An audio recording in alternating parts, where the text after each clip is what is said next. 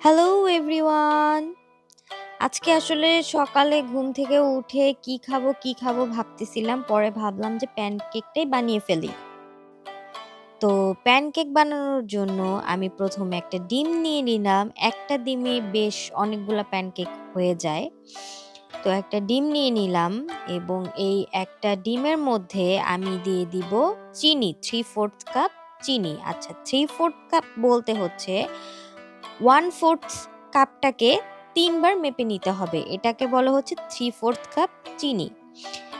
এবার এই চিনিগুলো কিন্তু আমি একবারে দিব না। আমি অল্প, অল্প করে দিব এবং মিক্স করব। মিক্স করে যখন ওটা মেল্ট হয়ে যাবে, মিক্স হয়ে যাবে, তারপর আবার অল্প, অল্প করে দিব এবং মিক্স করব। ভালো করে মিক্স করে নিব।